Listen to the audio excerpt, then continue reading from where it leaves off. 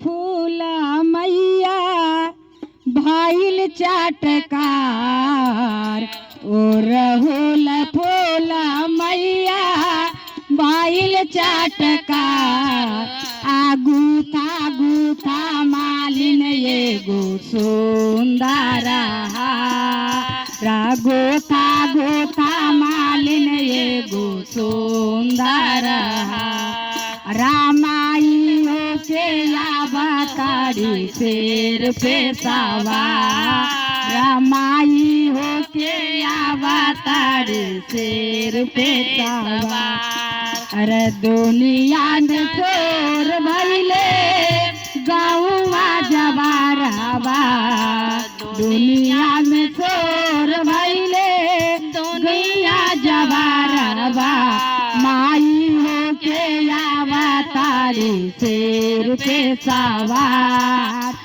माई हो के अवतारी शेर पे सवार रामाई हो के अवतारी शेर पे सवार गैया के गोबरा से अंगना निपावले गैया के गोबरा से अंगना निपावले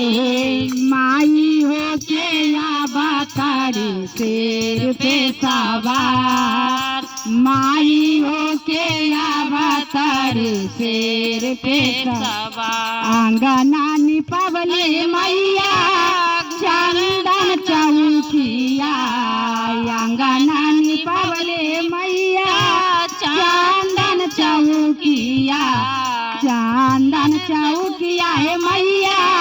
आसनी लगावले चंदन चौकिया है मैया आसनी लगावले गोथा गोथा मालिन ये गो सुंदर गोथा गोथा मालिन ये गो सुंदर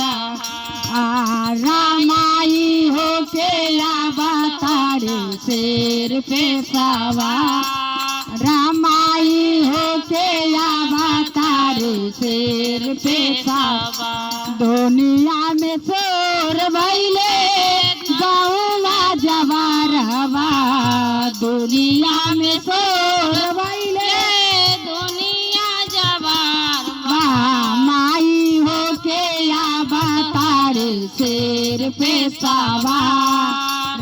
माई हो के अवतारी शेर पे सवार निमिया के डरिया मैया झुलुआ लगावले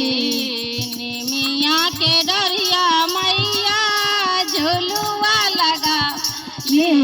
निमिया के डरिया मैया झुलुआ लगावले सात रे बहिनिया के झुलुआ झुलावले सात रे बहिनिया के झुलुआ झुलावले गोता गोता मालिन ये गो सुंदर रामाई हो के अवतारी शेर पे सवार रामाई हो के अवतारी शेर पे सवार दुनिया में हाथे मैया पूरा जे गाँवा दुनिया में हाथे मैया पूरा जे दुनिया एगो जे दीती है मैया गोदी में लाला नामा एगो जे दीती है मैया गोदी में लाला नामा लाल जे होइतै मैया हमर जे गोदिया लाल जे होइतै मैया हमर जे गोदिया सोहर होबे मैया आंगना दुआरिया सोहर होबे मैया आंगना दुआरिया अम्माई हो के अवतारी शेर पे सवार रामाई हो के अवतारी शेर पे सवार आरा गोता गोता मालिन ये गो सुंदर आरा गोता गोता मालिन ये गो सुंदर। बोलो सच्चे दरबार की जय।